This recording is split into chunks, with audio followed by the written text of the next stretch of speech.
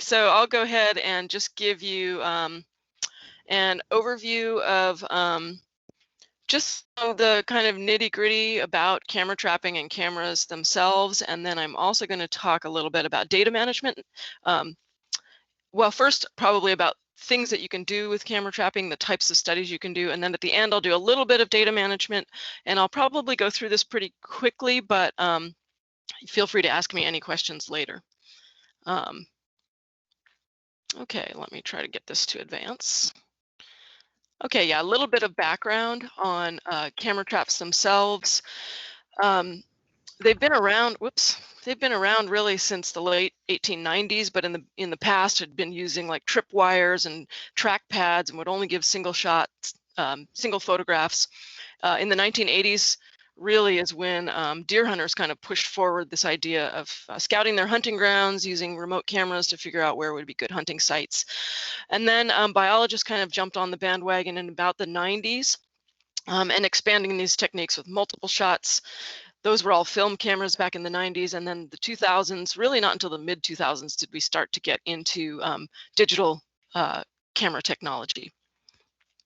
And the types of studies, primarily, I would say the majority of studies are on mammals, usually terrestrial mammals, often forest carnivores, and then a lot of other studies that I'll just go into a little bit later. There have been a few studies on birds, either ground birds that use trails readily, or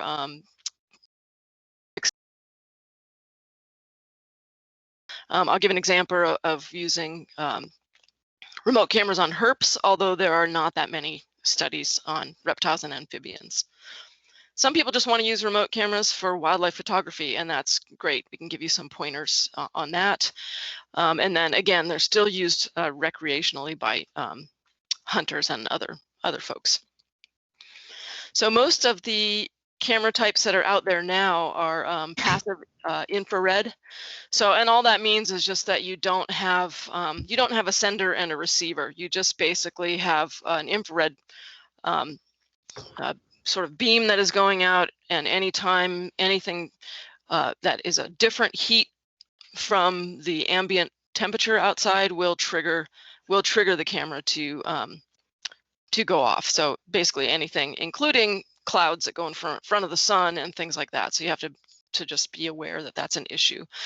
These camera types depicted here are some of the early film cameras, but they're all generally the same in that they have this infrared sensor in the middle or on the bottom, sometimes on the top, and then they have camera lenses and light sensors and things like that. In this example, I put on the bottom right is a system called Buckeye, which I've used a little bit, and those were supposed to remotely download to a base station. We'll talk a little bit later about if that actually works. And then up and coming are remotely downloading to or uploading to a satellite or to a cell phone. So those types of technology do exist now as well.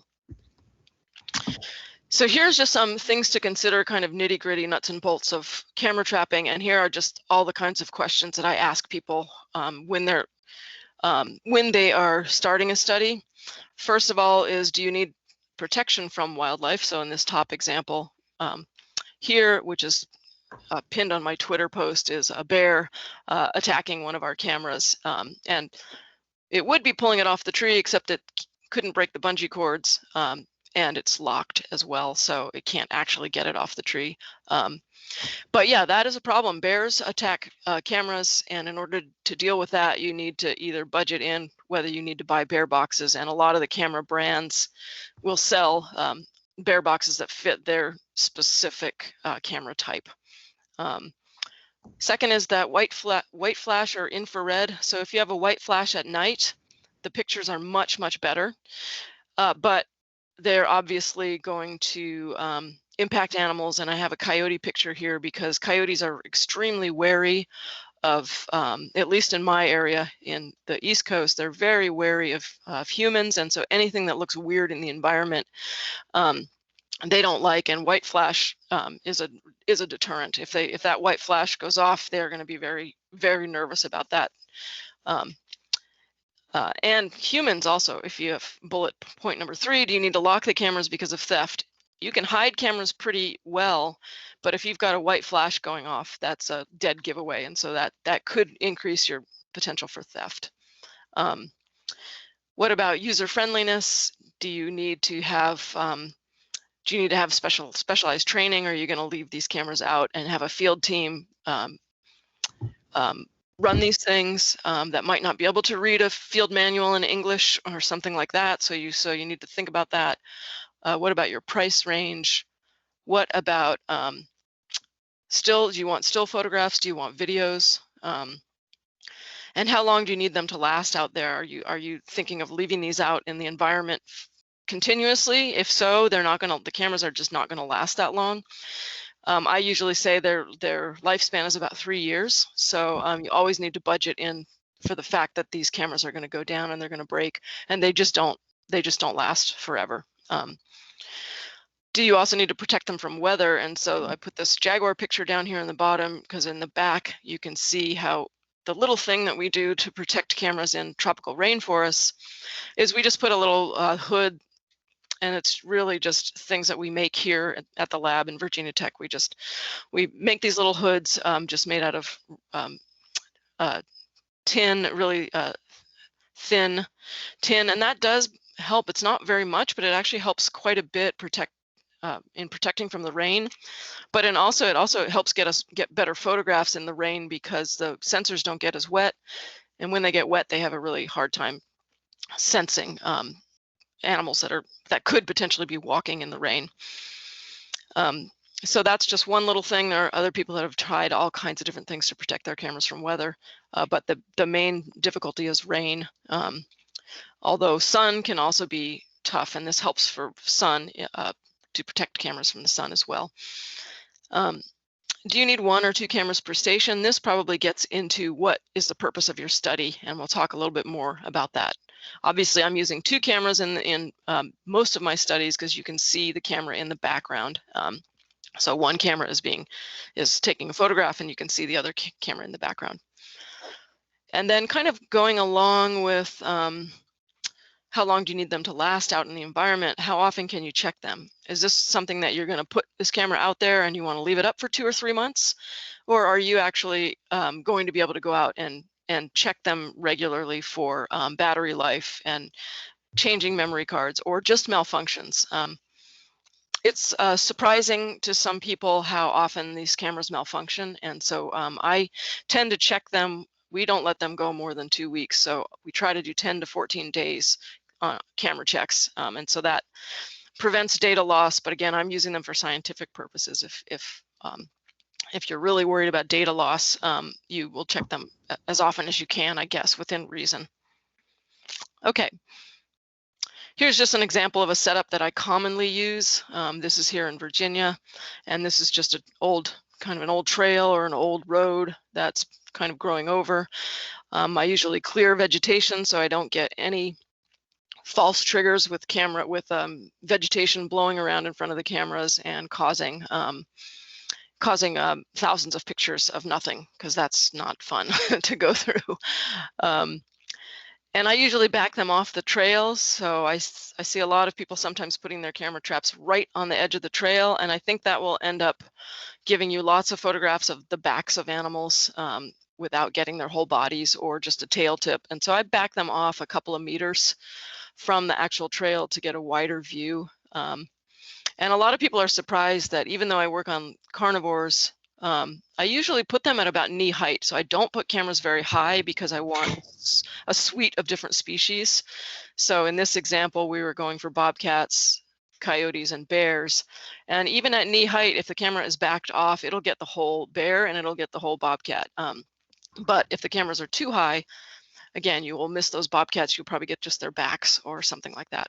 And then in this example here, we also have the cameras are locked. So this area does have some theft issues. And so you can see there's just bicycle cables with some key-to-like locks that we use. Okay. The cameras themselves, they've all got their idiosyncrasies and things going on with them. Here's just, but they're generally all similar, except the price ranges are dramatically different. So here's an example of a Browning camera and a Bushnell running between $100 and $250, depending on the brand and the features. You can see in the Bushnell that a bear has bitten that that infrared sensor there. They'll still work as long as they don't get punctured too badly. And in this example, you can see that the Browning has the infrared on the top and the Bushnell has the infrared sensor on the bottom. So the lenses are in different places, so you do have to pay attention to that because it can affect how high you want to put your camera. These ones here, I believe, are infrared. Usually you can tell because of all those little are probably LEDs in this example. I can't remember exactly. I change cameras a lot, and so sometimes I don't remember the idiosyncrasies of all of them. But here are a couple examples. Here's one that we're using right now, and to be honest, the reason that we're using this Moultrie camera right now is you cannot get a better deal if you buy 10 or more of these at $57. I don't even care if they break sometimes, just because I buy cameras usually in 30 to 40 packs because of the large projects that I'm running. So these cameras are pretty good for the money. So if you're somebody who wants to just try out a camera, these cameras are, even if you don't buy 10 or more, they're still quite inexpensive, and they might be just something good to play around with if you're just starting out and you want to, say, do an inventory of your backyard or something like that. And yeah, and then we get into more and more expensive cameras, Reconyx, the older models. They all kind of look the same. Again, the sensors are on the bottom here. This one happens to be infrared. And one thing I will mention is that the user friendliness is not that great on a lot of the cameras. There's a fair amount of memorizing the operational buttons. Like, I've used them enough that I've kind of have this memorized, like how to change all the settings and do all that stuff. But if your first camera that you're getting, if you haven't played with these much, is you're going to have to read that manual and go through it because they've got so many features, and it's not always intuitive. So that's my take home on that. And so if that's important to you, because you're going to leave these with field people, then you need to think about that a little bit. $400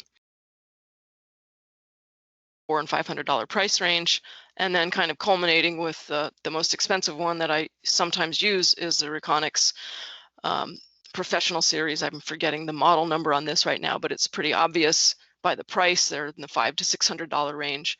This one is white flash, 2 camera lenses, one for nighttime, one for daytime, IR sensor.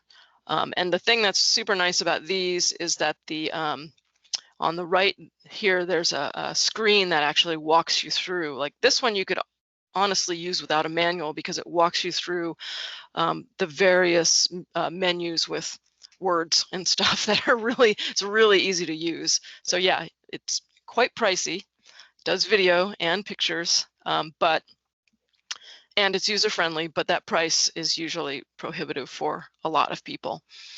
So the funny thing that I've started doing, because I use 2 cameras per station, is I will often use one of these Reconyxes and one of those previous Moultries that were $57, so that I have basically 2 cameras per station, one really cheap one and one pretty expensive one to cut down on costs. Okay, so now I'm going to switch gears. I can answer lots of other questions about cameras, but some of it's going to depend, like if you're looking at a camera for yourself, it's going to depend on this series of questions. What are you using this for? What type of data analysis and results do you need? So what species are you interested in? How many cameras do you need for a scientific study? How far apart and what spatial arrangement? And what are you interested in learning about? So all of these questions are quite involved. Obviously, if you're the cameras work best on terrestrial mammals, but they can work on other things, and I'll show you some examples in a minute.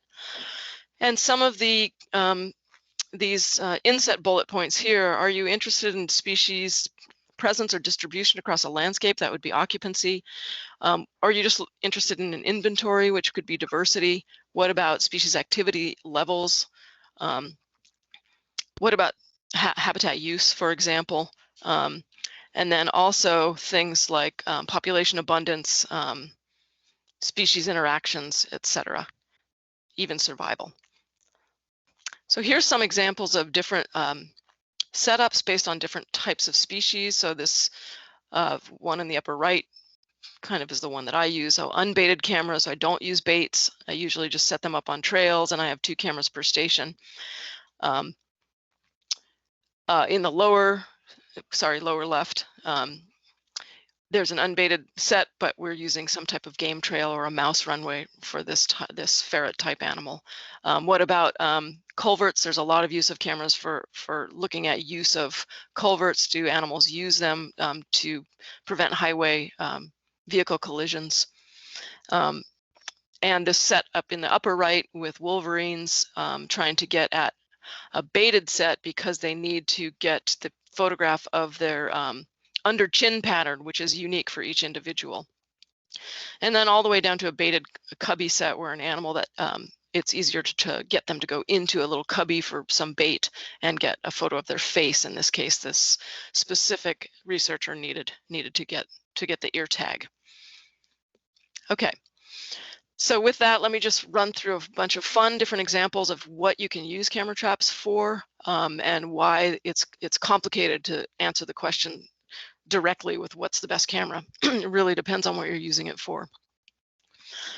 Here was one out of Virginia Tech that just looked at den emergence behavior, where we figured out that bears actually don't stay inside their tree den if they're in a tree den the entire winter. Sometimes they come in and out, and so this was a very specific purpose to look at den behavior. So that was cool. Of course, there's activity patterns. This is just what time of day are jaguars and pumas active, and this can now be done with newer methods, but this just gives you an idea of when's the best time to see a puma. Probably go out at 7 in the morning. That's the gray bar there. Nest predation, this is done with on a lot of different species. In this example, we've got birds, so checking out who is preying on bird eggs. In this case, on the left, it's a fox, and on this one on the right, it's crocodile eggs being taken by monitor lizards. So that's pretty cool. I'm going to leave, since this is recorded, I'm not going to actually play this video. Most people have seen it, but this is that wonderful video of a coyote and a badger using wildlife crossing in California. And so the link is there if you haven't seen it. It's really great. Some things that we're working on here in Virginia is scavenging behavior. So we basically plant road-killed deer carcasses out on the landscape, and we're examining the scavenging behavior of bears, bobcats, and coyotes, and looking at things like dominance behavior at carcasses. And so here are just a few examples of, who's pushing who off the carcass: a bobcat pushing a coyote off a carcass on the top left, and golden eagle pushing a coyote off the carcass, a skunk pushing the coyote off the carcass, and then a raccoon and a bobcat facing off. And so, so again, this falls into the sort of behavior. And then another den site study was done on herps. And again, I'll leave this link for you later if anyone wants to go back and look at that. But this is a really cool use of cameras. And in this case, they put the camera on a time lapse. So it was just taking a photograph like every couple of minutes. So it was a lot to go through, but because herps don't always have much difference in their temperature between the ambient environment, it's harder to get photographs of them. And so they use this time-lapse feature. And most cameras have that. You can just set it to take a photo at any interval that you want. And so this has got some really neat footage of this hibernacula with timber rattlesnakes going in and out. Okay, so second thing is maybe you just are interested in an activity rate or number of photo captures per 100 trap nights. This is commonly done. How many independent events? Most people divide when they're entering data, they divide it into like 30-minute time periods, and in a 30-minute time period, how many photo captures did you get of a coyote? So something like that. So that can be used as an index of activity. Here's an example. In this example, we've got white-tailed deer, obviously having a huge numbers of photographs of white-tailed deer across this study site. And this just gets at detectability issues. So in this case, number of photo captures of deer per 100 nights. It's not as powerful as occupancy or individual ID, but it can still be useful. And one of the reasons why it can be tricky to use these indices of activity like trap success is this example I like to give from Belize, one of our camera trapping studies early on. In 2005, we had 109 captures, 12 different individual jaguars, but when we actually looked at the individuals, we found that this one guy right here, J27, accounted for 75 photographs of those 109 total photographs. And so you might think there's a lot more jaguars out there if you just use trap success. So that's why it can be a little bit misleading. However, it still at least gives you an idea of activity in the area and also can give you an idea of activity across a landscape, depending on which camera station gets more activity. It's just difficult to translate it into numbers of animals, of actual animals. The next use, I would say, is occupancy or presence, absence, detection, non-detection of animals across the landscape. So if you're interested in doing occupancy, the camera trap world has really jumped on this, especially ever since Daryl McKenzie had published the first occupancy book in 2006, and all the co-authors as well. And in this case, we account for the fact that some animals are more detectable than others, and so this was really an advancement for camera trapping work. It also allows you to do things like, in this example, we were looking at in Madagascar, we were looking at where do Indian civets and introduced species occur across a landscape. And this is just showing you that as you get farther and farther and farther away from a village, these introduced species decline. So they're really tied to human habitation. So that was an interesting finding that we were able to do from camera trapping.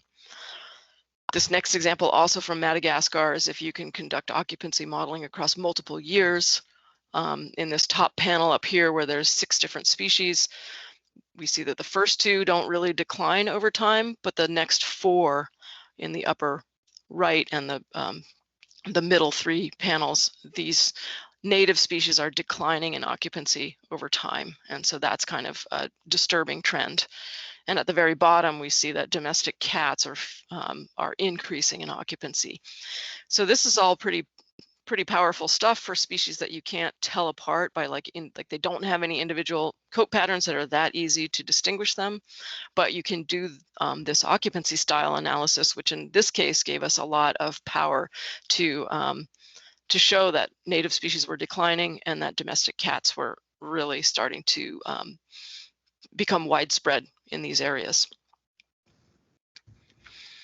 So then the fourth way that we use camera trapping, kind of the holy grail, is can we estimate animal abundance or density? And Corinth and Nichols were the first people to push this technique forward, and in the late 90s, using film cameras to ID tigers by their individual tigers by their unique stripe patterns. So they did it first, and then we jumped on that bandwagon shortly thereafter for jaguars, and you're able to tell individuals apart again by their spot patterns, just much like tigers, and then create a capture history and estimate abundance or density with multiple different techniques that are out there now.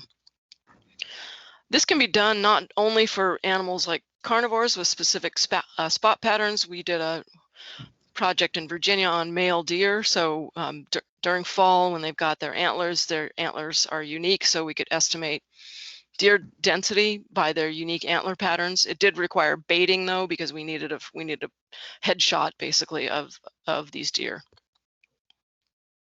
You could also mark animals. Another study out of Virginia, not one of mine, but one of our bear biologists marked bears with streamers, and then used bait to get the bears to climb up towards the bait and get a photograph of their ear streamers to try to estimate population size. And again, you need the individual marks if you're going to, on individual animals, to tell them apart if you're going to do abundance estimation. we're able to extend this type of technique across multiple years in my long-term study in Belize, and this is an ocelot study. One of my master's students finished a couple of years ago, and again, these are just different study sites. The breaks between these bars in this upper graph are denoting different study sites, and we're just showing ocelot densities and how those are changing across different study sites in different years. And the bottom one is also modeling a sex ratio to see, are they 50-50 male female or not. And if you're below the line, you're more male. So we had one population that was more male biased.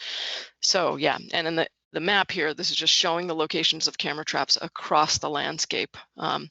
And for abundance estimation, they tend to be much more regularly spaced. So we try to have regular spacing of camera traps to sort of systematically cover that landscape. So it's quite a specific style of camera trapping to get at density and abundance, where you have much more flexibility with other studies like occupancy or a diversity study or something like that. Ultimately, here's our estimates of survival. So because we had so many years of data with ocelots and we can track these cats over the years, we could estimate survival. And we just broke it down by male, female, and combined in these examples, showing that roughly survival was roughly about 80, just over 80% at most study sites. And that growth rates were mostly greater than 1 or the error bars overlapped 1, with the exception of one study site, this one called MPR in the lower graph, which is below 1, potentially a declining population. So those are some of the more powerful things you can do with camera trapping if you have marked individuals in the population.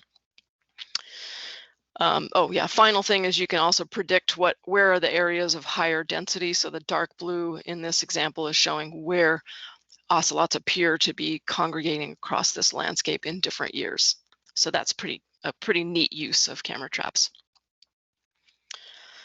Let's see, for sake of time, I'm going to skip through this quickly and just say that you can also alter your camera trap spacing if you're trying to get at multiple species at the same time. So here was a study we did at Botswana, where we tried to estimate density of 7 different species simultaneously.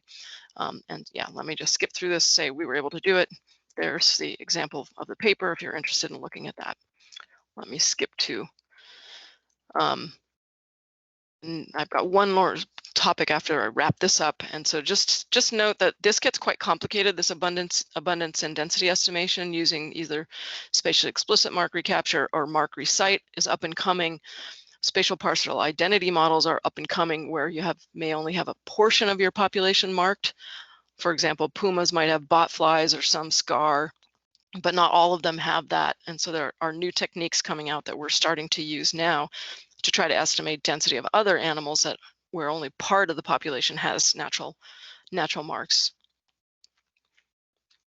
Okay, so camera trapping strengths, minimally obtrusive, lots of data with relatively minimal labor once the cameras are set up. Detect multiple species simultaneously. Photos are great for public outreach. Lots of studies of elusive species are now possible that weren't previously.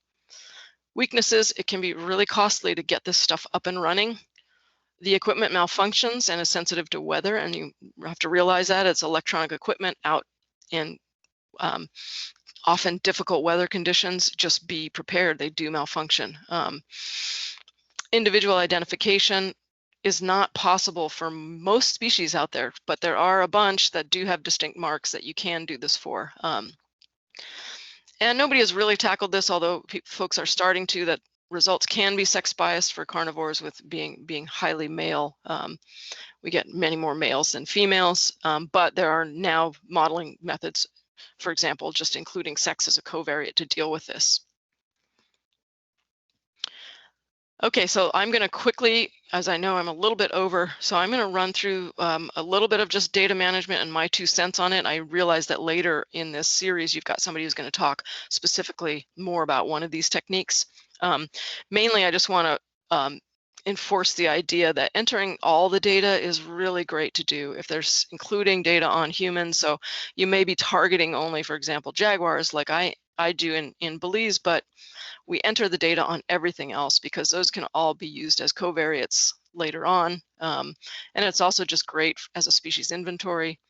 And the data entry can often take longer than actually collecting the data. So be prepared for that if you're using this for scientific stuff. Yeah, and formatting, if you're going to do a whole bunch of data analysis like spatial mark recapture, can take a long time as well. So what are the ways to deal with this? You can just do, I'll just go through a couple manually: homemade Excel spreadsheets, Access spreadsheets. You can use a citizen science platform. You can use artificial intelligence platform as well. I of course was doing camera trapping before there was any of the AI available or the citizen science available. So I have a whole series of spreadsheets and entering data, and also the importance of documenting.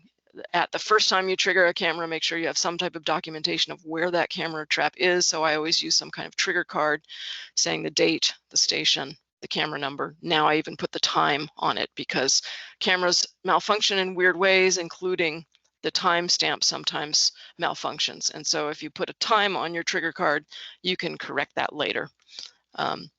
So that's one thing that I do. Yeah, it can be painful to enter all this data. So here's an example. If you want to see that in, I have a book chapter on this. Just if here's one way to do it, it's not necessarily the best way, but it's just showing. I'm not going to go through this because it's painstaking, painful, all that. Yes, I luckily have lots of undergraduates who want to learn how to enter camera trap data, but I am moving away from this to other platforms because it's becoming way too labor intensive. And same with identifying individuals. So not only just can you use AI to enter data, but can you use it to identify individuals? And yes, you can. You can do it by eye, and that might be the easiest if you only have a small number of camera stations and a number of individuals. But once you start getting up there to a lot of individuals, I would go to a AI platform. Okay, so citizen science, you can use something like eMammal, and you can load your project up there and have a bunch of people identify your images for you. And this is the eMammal platform. Anybody can go and load their project up there, and then three separate citizens need to identify this animal as a coyote before it gets labeled as a coyote. So and there can be no disagreements. So yeah, so it's a pretty good technique. You know, one thing to be aware of if you're going to use one of these is that they retain the use of that data, and so eMammal can use it for whatever they would like, which not necessarily a bad thing, but whoever funds your research, if you're doing this for a research project, may not like that and may not allow that. I have had a funder say they would not allow me to use eMammal. They didn't want the data on spotted skunks to be out there because people might go and try to hunt them. So anyway, Zooniverse is another one. I think you have somebody talking about this later, and this is kind of similar. You can just load a project up on Zooniverse, and I've just got a link there for you to check that out. And the same kind of thing. People will identify animals for you. Same thing though, they will retain rights to use that data as well. Wildlife Insights is a cloud-based AI-enabled platform. So this is great. Now you've got a computer that can identify your species for you. And I put the links to Wildlife Insights and the people. They also filter out blank images, which can be really useful. And the species classification, they can do species. And it's pretty accurate. Wildlife Insights also retains the right to use that data that you upload. One paper compared AI to compared 4 data sets in Zooniverse using AI and found that it was pretty accurate. So empty images, 91 to 98%, and then accuracy to specific species, 89 to 93%, but it reduced human effort by 43%. We did a paper comparing wild ID to hotspotter in identifying individuals. So now we're going at, is this jaguar different from that one? we used a bunch of different quality of images from high, medium, low, medium, and high. And the take-home message, I'm going to skip through this. The take-home message was basically that, and we did this for jaguars and ocelots, was that if you include multiple quality images, that's the best way to go, because the images often match to an image of similar quality. So low will match to low, medium will match to medium quality more often, and high quality matches to high quality. And the red bars versus the blue bars are just saying that Hotspotter almost always did a better job, and that's what the stars there are significantly higher. So, but both work pretty well. You can see that's still a pretty high proportion of positives. Okay. Yeah, Wildbook is another one. I'm going to skip through this, that does AI and does also individual identification at the same time. So I'm going to conclude there because I've run through a little bit over, and I've got a lot of different stuff in here, and I'd love to get people's questions and opinions. But there does seem to be great promise in AI, and I'm starting to use that now because it's just, the data is just coming in. There's just too much of it. There's just too much data, and it's just hard to keep up with it. There's much room for improvement on individual ID, but that's also getting better too. So if you need to identify individual animals, that's a great way to go. But if your data set is really small, I don't know if it's worth using one of these programs, even though they're free downloads. But the pre-processing time can be extreme. So you have to clip little parts of the animal's body, and you have to upload those. And honestly, if you've just got a few animals that you're trying to ID, it's pretty fast to do it by human eye. But if you've got a lot of animals, you might want to use one of these programs, but you have to be careful because some of these downloadable programs can't handle huge data sets, so they crash a lot. So those are just areas that we're looking for improvement. And then the last issue that no one has really tackled is the problem that I have, is that I have 2 cameras per station, and I don't want to double count animals. So if I run my stuff through AI, I can only run 1 camera at a time. And then how do I match up 1 camera to the next camera that are all at the same station? And so nobody has really tackled this. You can kind of do it by the date and timestamp, but the human eye is better at telling if a deer in one picture is different from a deer in another picture. So we can often tell, for example, if a jaguar is a male and then a female walks behind it right at the same time, we can tell that those are 2 different jaguars. Or maybe a puma would be a better example because their coats are not distinguishable very regularly. And so, so there's still a lot of, even if you can get the AI to identify all your individuals, how do you match up 2 cameras at one station? So yeah, we've still got a ways to go with figuring out a way to do that. Okay, so that was my quick tutorial through a million different things about camera trapping, and I'm happy to go in whatever direction folks want to go for questions. That was awesome. Okay. Do you want to just stop sharing your screen? Yeah, I think I'll stop sharing, and I should be able to. Akiba, you've got multiple questions now, so I'm going to throw to you first for your herp and cold-blooded animal question. And while you're here, you can talk about syncing multiple camera traps and boomboxy sort of things as well if you want. Great. Yeah.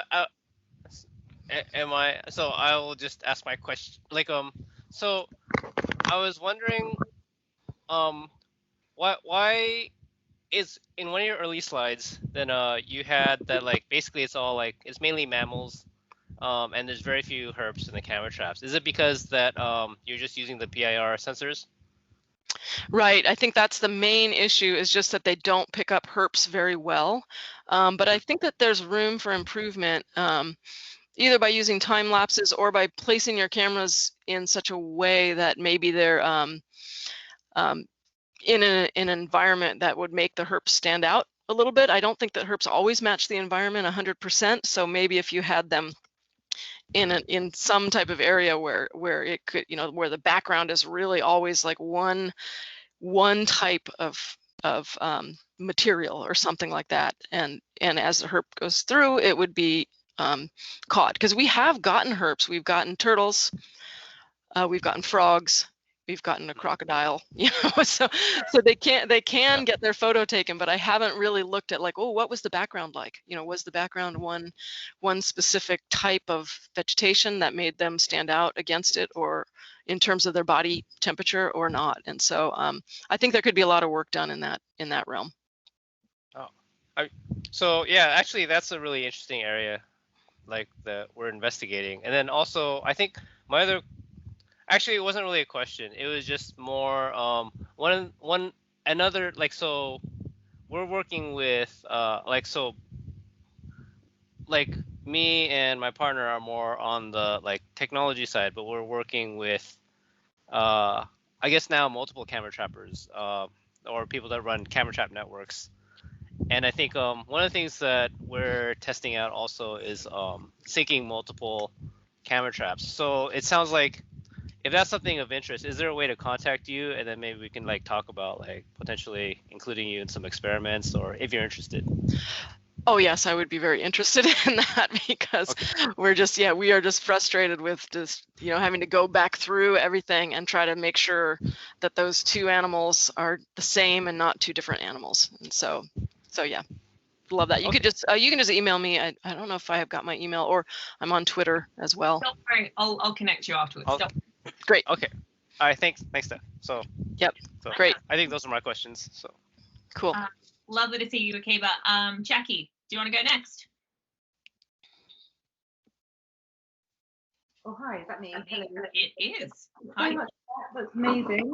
One question really. We've been using Reconics in Indonesia, so you know, really dense, moist, natural habitat, and we're focusing on reintroduced orangutans. So, what's our long-term survival for these orangutans, and how they sort of distributed themselves throughout the area? But I was very interested to hear about these really cheap cameras that you have been using. I wondered if you had any experience at all with these in the tropics, how well they perform. I mean, the cameras that we're using, the Reconics, they've been really, really good. We've had some failures, and we've also used Browning, and we've had a lot of failures with the Brownings, and we're not able to check them very regularly, so it's like every 2 or 3 months. So I just wanted your feedback on those, if that's possible. Yeah, so I have been using them in the tropics. In Belize, I don't think it's quite as wet as Indonesia, but they're performing pretty well. I'm pretty happy with them. They do malfunction like all cameras do in the wet environments, but when a $57 camera malfunctions, I don't get as like upset about it as when it's a $600 camera. And so I just bought a bunch of extras of those, and so I'll just pop up a new one and then try to fix them. But I don't think of them as malfunctioning any more than, say, a Browning or a Bushnell, which I think we have the same malfunction rates with those, and maybe less with these Moultries that are pretty they're pretty hardy. So I'm pretty happy with them. And for the price, that's pretty hard to beat.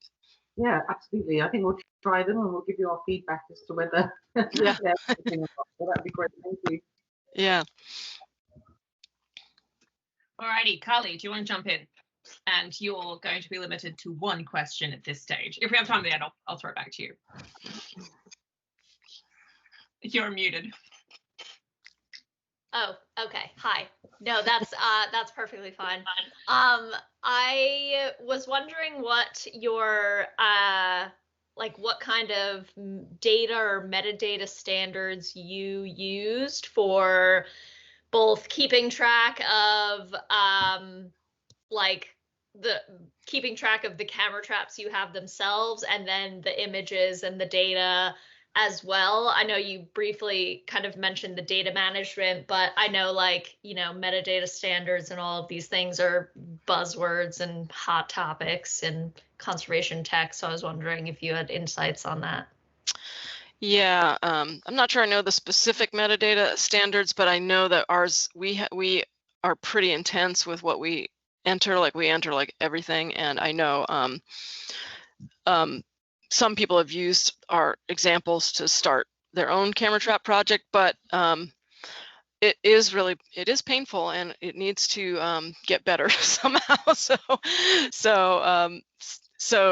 I don't know exactly how to answer that, except that we are probably entering more than we need to, but it means that we don't have to go back, except that we made a huge mistake at the beginning when digital cameras came online, and almost all of them have temperature data, and now we're really interested in looking at temperature, and so we just started entering temperature data this year. And I'm like, okay, I got to go back for 15 years of data now and get somebody to start entering temperature. And I kind of wish there was this metadata stuff available back then, you know, like here's the best practices kind of stuff, because I think that's about the only thing we messed up on, was just not entering that type of data. So yeah, hope that kind of gets at your question. But yeah, I didn't follow any metadata standards because there weren't any at the beginning.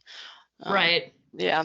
Yeah, I think we're all trying to play a bit of catch up in like establishing them after the fact. Yep. But still no kind of standard format. Yeah. So there are a couple of examples. I've got one in the book chapter, the 2012 book chapter, that lays out some of the stuff that should be entered, but I kind of want to rewrite that now and be like, oh, we should also enter this. You should also do that, you know. So yeah. Okay, interesting. Right, Tremaine, are you here? You're up next. Hi, I'm here. Can you see me? Nice to see you. Hi. Thank you for taking my question. I use camera traps in the canopy in the Peruvian Amazon, starting in the Brazilian Amazon soon. So like 30 to 35 meters up in the trees. We've always used Reconyx, which it's really harsh conditions up there. This UV exposure, lots of animal manipulation. At first, when we were using them, there's a small valve on the side that termites were getting into and building. Yep. But I actually worked with Reconyx, and they adjusted the design so that valve doesn't exist anymore, and they replaced the O-ring so they're openable still. But so I think they're excellent cameras. They provide high resolution images, but we want to move to video now, so we're gonna switch out our camera fleet.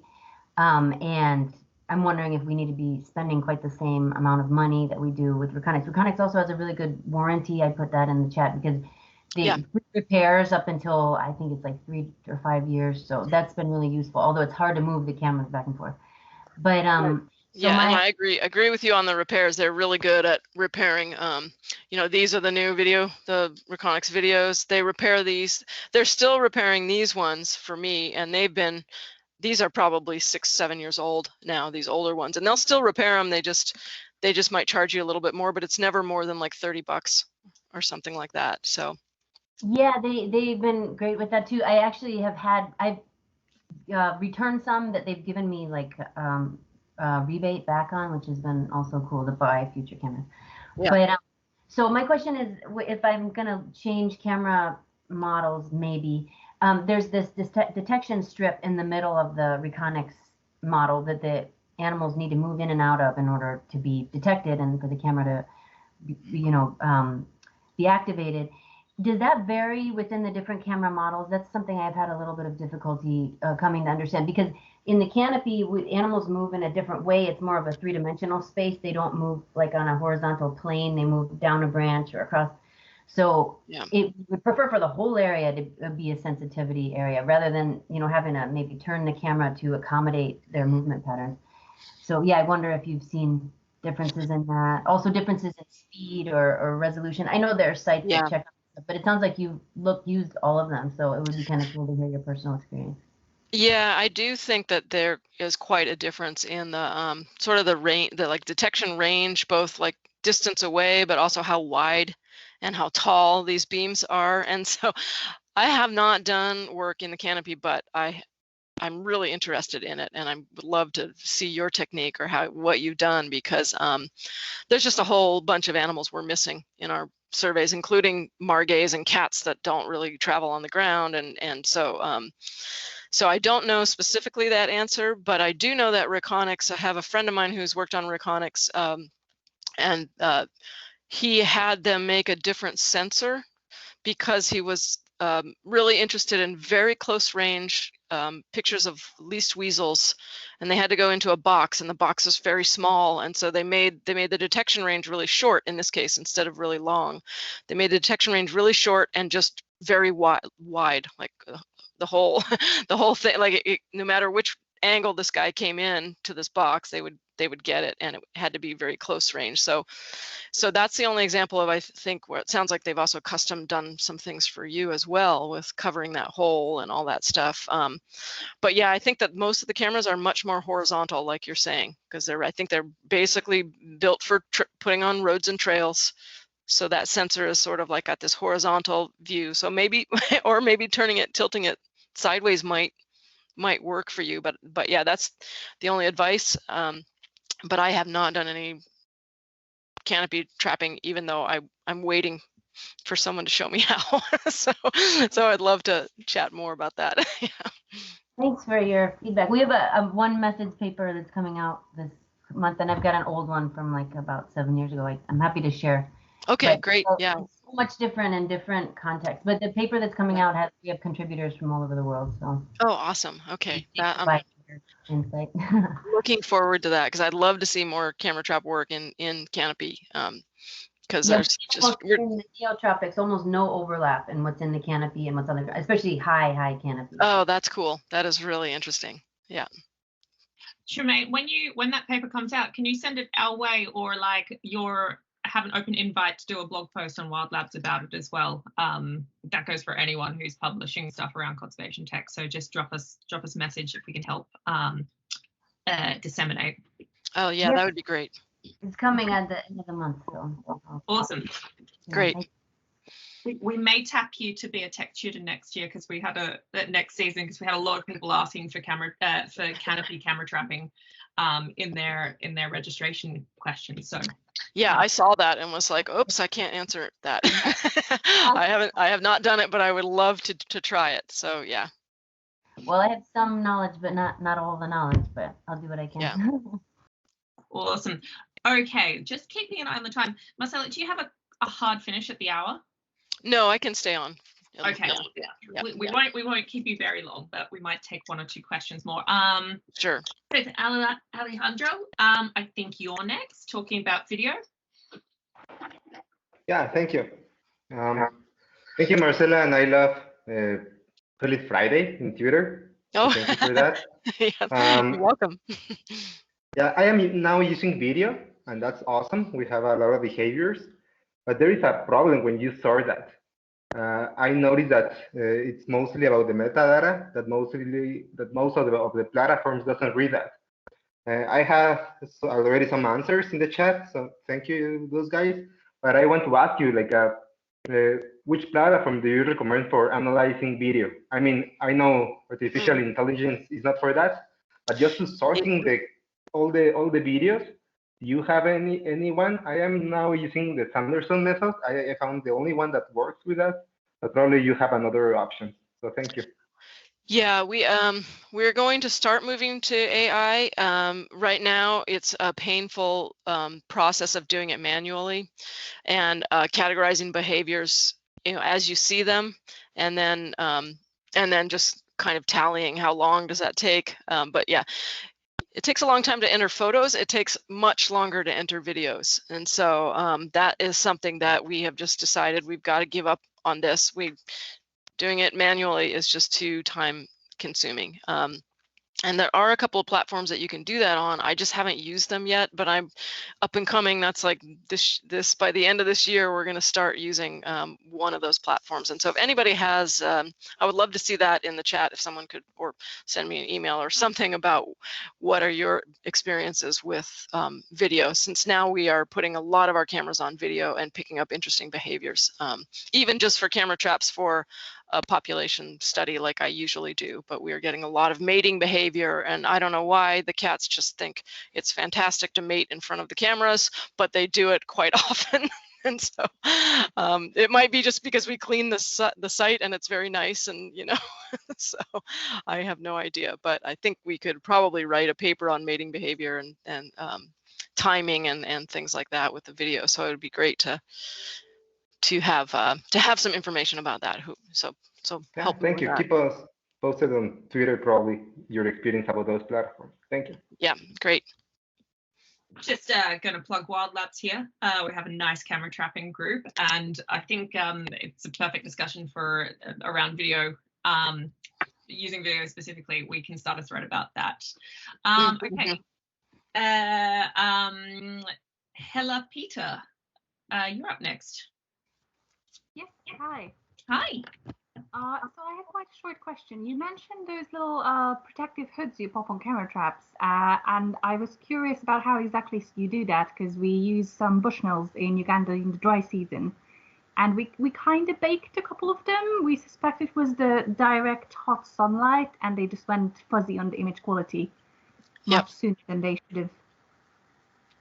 Yeah, so I think our little camera hoods, we started having a lot fewer malfunctions when we started doing those little hoods, and that has helped both for the sun and for the rain. I have worked in some open areas, and I think I would try that. I don't know if I would use metal though in an open area. I might use something like a plastic or something. I know a lot of other people have used various things that they've made out of, even 2-liter plastic bottles. They would just cut them in half and put them over the top of their cameras, and that seemed to work really well in certain instances. And so I might just try something like that, like a colored, not a clear plastic, but some type of colored plastic that would reflect the sun or something, or absorb it or something like that, so it's not just directly baking those cameras. But yeah, sun is, there's 3 horrible things: really, really direct hot sun,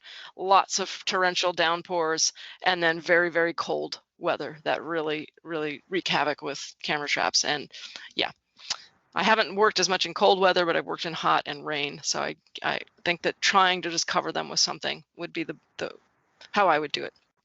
Good, great, thank you.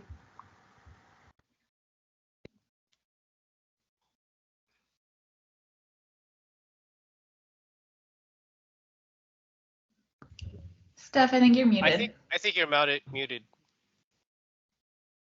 Oh, guys, sorry. It's I'm 6 months out of practice.